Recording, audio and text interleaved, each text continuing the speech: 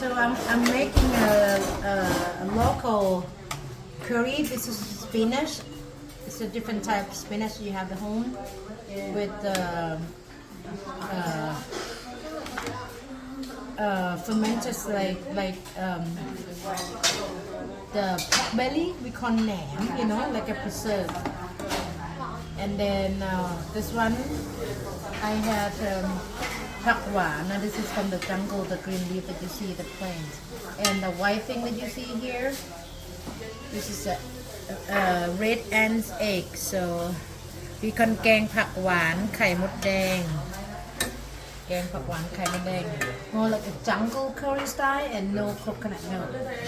It looks like a soup, but actually we don't call it soup, we call it curry because the red sauce that you see here is the base of the red curry paste. Yeah. I love it.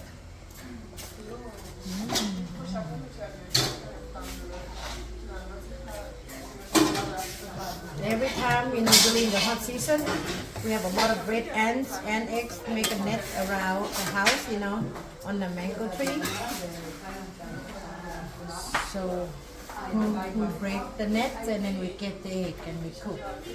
Might be weird, you know, for tourists, but I grown up with it. We have this every year, one time a year. It's very expensive. You buy in the market like 600-700 baht per kilogram for the moment, you know. Okay, this one done. That's it.